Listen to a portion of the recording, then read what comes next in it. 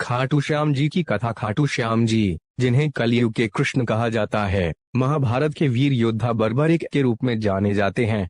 उनकी कथा बलिदान, भक्ति और भगवान के प्रति अटूट समर्पण की अद्भुत कहानी है। कथा का आरंभ, बर्बरिक की शक्ति। बर्बरिक महान योद्धा भीम के पुत्र घटोत्कच और नागकयामुरेवी के पुत्र थे। उन्हें उनकी माता और भगवान शिव का वरदान प्राप्त था। उनकी युद्ध कौशल इतनी अद्वितीय थी कि उनके पास 3 दिव्य बाण, 3 बाणधारी और एक अचूक धनुष था। पहला बाण शत्रुओं को चिह्नित करता, दूसरा बाण उन सभी को समाप्त कर देता, तीसरा बाण चिह्नित स्थानों को फिर से जोड़ देता। यह शक्ति उन्हें अजेय बनाती थी। महाभारत के युद्ध में भाग लेने का वचन। जब महाभारत का युद्ध प्रारंभ हुआ, बर्बरिक ने अपनी माता को वचन दिया कि वे उस पक्ष का साथ देंगे जो कमजोर होगा।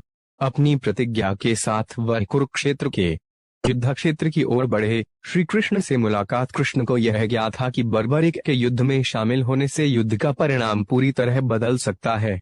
उन्होंने ब्राह्मण का रूप धारण कर बर्बरिक से पूछा कि वे किस पक्ष का साथ देंगे। बर्बरिक ने उत्तर दिया, मैं हमेशा कमजोर पक्ष का साथ दूंगा। कृष्ण ने समझाया कि जो भी पक्ष वे ज्वाइन करेंगे, वे तुरंत शक्तिशाली हो जाएगा, जिससे वे फिर दुश्मन पक्ष का साथ देंगे।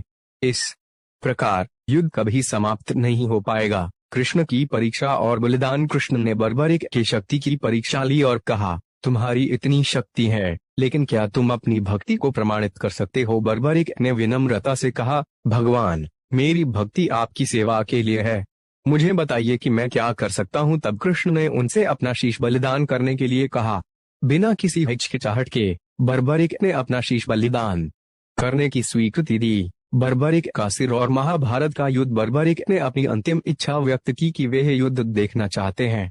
कृष्ण ने उनके सिर को दिव्य दृष्टि प्रदान की और एक ऊंचे स्थान पर रख दिया, जहां से उन्होंने संपूर्ण महाभारत का युद्ध देखा। बर्बरिक का वरदान और खाटू धाम युद्ध समाप्ति के बाद कृष्ण ने उन्हें आशीर्वाद दिया और कहा, तुम कलयुग में श्याम नाम से पूजे जाओगे। तुम्हारी भक्ति करने वाले सभी भक्तों की मनोकामनाएं पूर्ण होंगी। बर्बरिक का शीश कई वर्षों बाद राजस्थान के खाटू गांव में प्रकट हुआ। वहां उनका मंदिर बनाया गया, जिसे खाटू श्याम जी मंदिर के नाम से जाना जाता है। खाटू श्याम जी की महिमा। खाटू श्याम जी को भक्तहारे का सहारा कहते हैं, क्योंकि वे सभी भक्तों के दुख और कष्ट हरते हैं।